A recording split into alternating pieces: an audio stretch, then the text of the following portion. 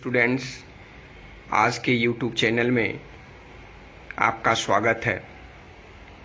आज मैं आपको उपयोगिता कितने प्रकार की होती है इसके बारे में अध्ययन करेंगे। कुल उपयोगिता 3 प्रकार की होती है।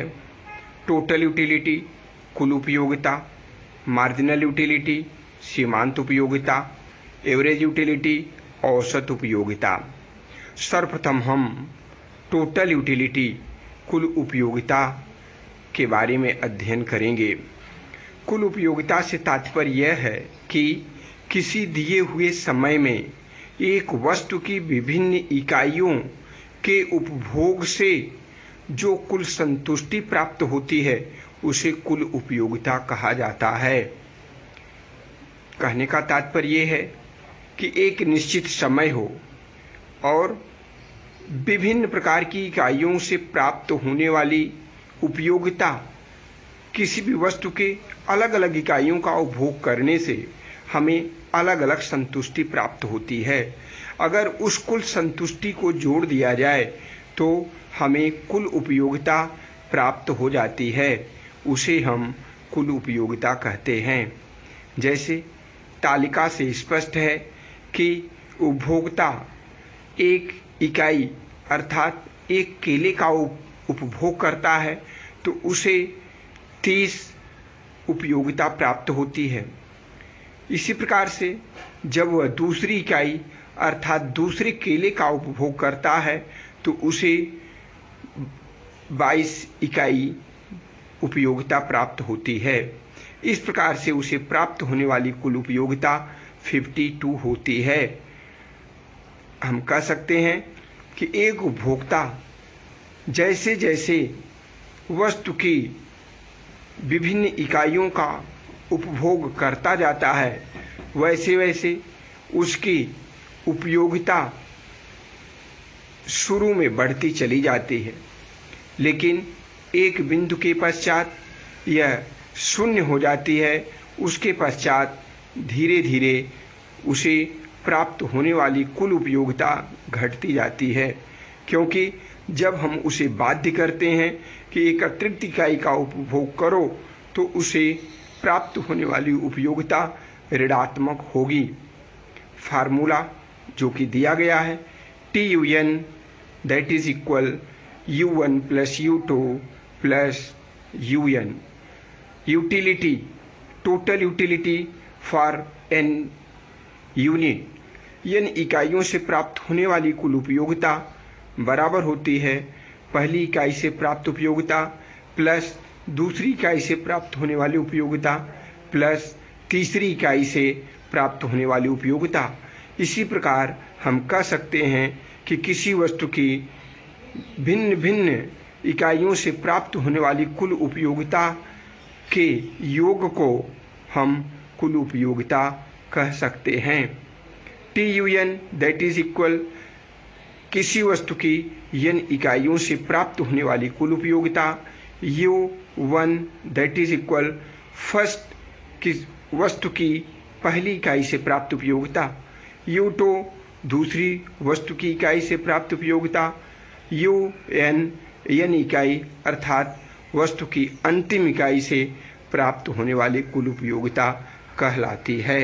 उपयोगिता मार्जिनल यूटिलिटी।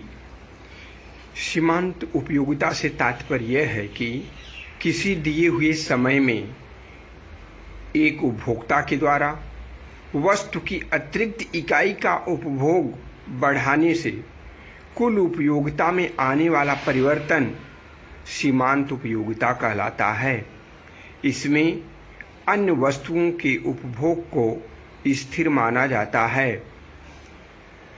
सीमांत उपयोगिता में एक वस्तु के उपभोग में परिवर्तन अर्थात वृद्धि या कमी होने से उसका प्रभाव कुल उपयोगिता पर पड़ता है।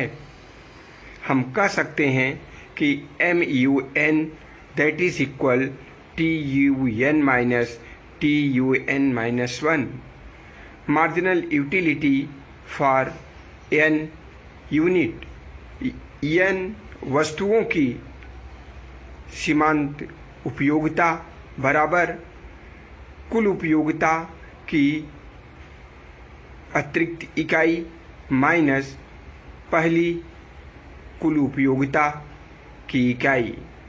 अर्थात हम कह सकते हैं कि marginal utility that is equal delta T U divided by delta Q. Delta T U is the changes of the total utility, अर्थात कुल उपयोगिता में परिवर्तन, अपान डेल्टा क्यू उपभोग की मात्रा में परिवर्तन को प्रकट करता है। देयरफॉर इसलिए हम कह सकते हैं कि किसी एक वस्तु के उपभोग में परिवर्तन, वृद्धि या कमी होने से कुल उपयोगिता पर जो प्रभाव पड़ता है हम उसकी गणना इस प्रकार से कर सकते हैं। TUN that is equal MU1 plus MU2 plus unlimited MUN। TUN that is equal sigma MU। हम कह सकते हैं कि कुल उपयोगिता बराबर सीमांत उपयोगिता का योग। प्रत्येक इकाई से प्राप्त होने वाली सीमांत उपयोगिता को अगर जोड़ दिया जाए तो कुल उपयोगिता प्राप्त हो जाती है। नंबर 3, औसत उपयोगिता AU that is equal TU divided by Q। कुल उपयोगिता में वस्तुओं की मात्रा का भाग देने पर औसत उपयोगिता प्राप्त होती है। कहने का तात्पर्य है कि कुल उपयोगिता में उस वस्तु की मात्रा उस वस्तु की इकाई से भाग देने पर जो फल प्राप्त होता है वह औसत उपयोगिता कहलाती है। औसत उपयोगिता से तात्पर्य कुल उपभोग की मात्रा में वस्तुओं की मात्रा का भाग देने से प्राप्त होती है। कुल उपयोगिता व सीमांत उपयोगिता का संबंध। कुल उपयोगिता व सीमांत उपयोगिता के संबंध को एक तालिका द्वारा समझा जा सकता है। तालिका में लिखा है केले की मात्रा, कुल उपयोगिता TU तथा सीमांत उपयोगिता MU। केले की मात्रा 0, 1, 2, 3, 4, 5, 6। जैसे जैसे केले का उपभोग बढ़ता चला जाता है कुल उपयोगिता बढ़ती चली जाती है। कुछ सीमा तक कुल उपयोगिता बढ़ती है। तीसरी चौथी इकाई तक कुल उपयोगिता बढ़ती है। पांचवी इकाई पर स्थिर होती है तथा छठवीं इकाई पर कुल उपयोगिता घट जाती है। क्योंकि एक उपभोक्ता लगातार वस्तुओं का उपभोग करने के पश्चात वह संतुष्ट हो जाता है। उसके पश्चात जैसे जैसे वह वस्तुओं की इकाइयों की मात्रा का उपभोग बढ़ाता है, एक सीमा के पश्चात वह उसे प्राप्त होने वाली कुल उपयोगिता स्थिर होती है, उसके पश्चात धीरे धीरे घटने लगती है। इसी प्रकार से हम सीमांत उपयोगिता की गणना फार्मूला या सूत्र के माध्यम से कर सकते हैं। हमने आपको बतलाया कि MU equal TUN minus TUN minus 1।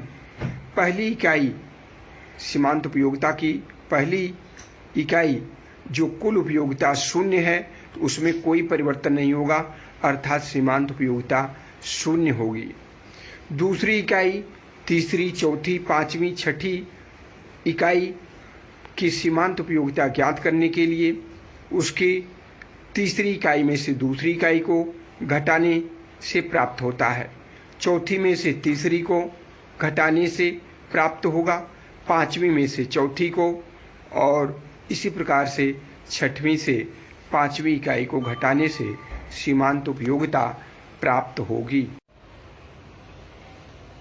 कुल उपयोगिता तथा सीमांत उपयोगिता में संबंध। जैसा कि मैंने आपको तालिका में बतलाया कि जैसे जैसे कुल उपयोगिता बढ़ती चली जाती है उसी प्रकार से सीमांत उपयोगिता घटती चली जाती है। जब कुल उपयोगिता अधिकतम होती है तो सीमांत उपयोगिता शून्य होती है। इसी प्रकार से जब कुल उपयोगिता घटती चली जाती है तो सीमांत उपयोगिता ऋणात्मक होती है।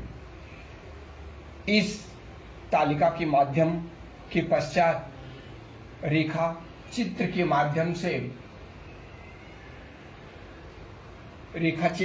माध्यम से हम कुल उपयोगिता तथा सीमांत उपयोगिता में संबंध स्थापित करेंगे। TU total utility, MU marginal utility. जैसा कि तालिका से स्पष्ट है कि OX अक्ष पर क्वांटिटी ऑफ बनाना केले की मात्रा को दर्शाया गया है तथा OY अक्ष पर TU टोटल यूटिलिटी को प्रदर्शित किया गया है। इस रेखा चित्र से यह स्पष्ट है कि जैसे जैसे केले की मात्रा बढ़ती चली जाती है, कोई भी उपभोक्ता केले की मात्रा को बढ़ाते चला जाता है, उसका उपभोग करते चला जाता है, वैसे वैसे कुल उपयोगिता में वृद्धि होती चली जाती है। जैसा कि उदाहरण से या तालिका से स्पष्ट है कि केले की 1 इकाई का उपभोग करने से उसे कुल उपयोगिता अर्थात 10 के बराबर प्राप्त होती है, दूसरी इकाई से 16, तीसरी इकाई से 20, चौथी इकाई से 22 और पांचवी इकाई से 22 प्राप्त होता है। उसके पश्चात जब उपभोक्ता केले की अधिकतम मात्रा अर्थात 6वीं इकाई का उपभोग करता है तो वह उसकी कुल उपयोगिता घटने लगती है। इस प्रकार से हम कह सकते हैं कि जैसे जैसे केले के उपभोग की मात्रा बढ़ती चली जाती है, शुरू में कुल उपयोगिता बढ़ती है, किंतु एक सीमा के पश्चात वह स्थिर हो जाती है, उसके पश्चात धीरे धीरे घटने लगती है।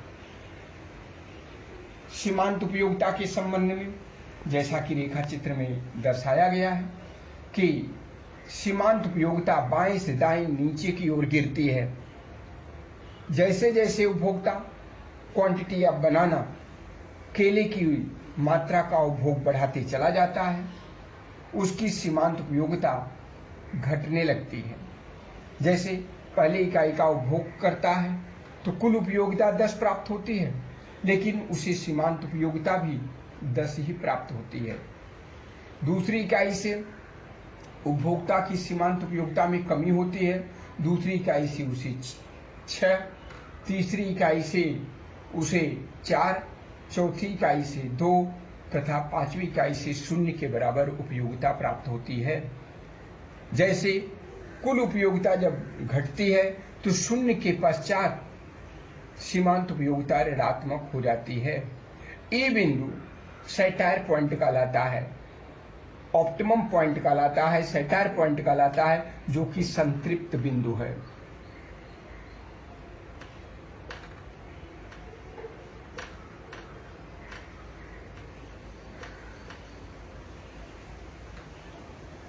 इन दोनों के बीच के संबंध को बतलाया गया है कि जब TU बढ़ता है, टोटल यूटिलिटी जब बढ़ता है तो MU घटता है, मार्जिनल यूटिलिटी सीमांत उपयोगिता घटता है।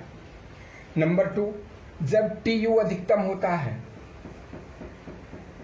तो MU 0, मार्जिनल यूटिलिटी सीमांत उपयोगिता 0 होती है। इसी प्रकार से जब TU घटता है, टोटल यूटिलिटी कुल उपयोगिता घटता है तो मार्जिनल यूटिलिटी भी ऋणात्मक होता है, घट जाता है।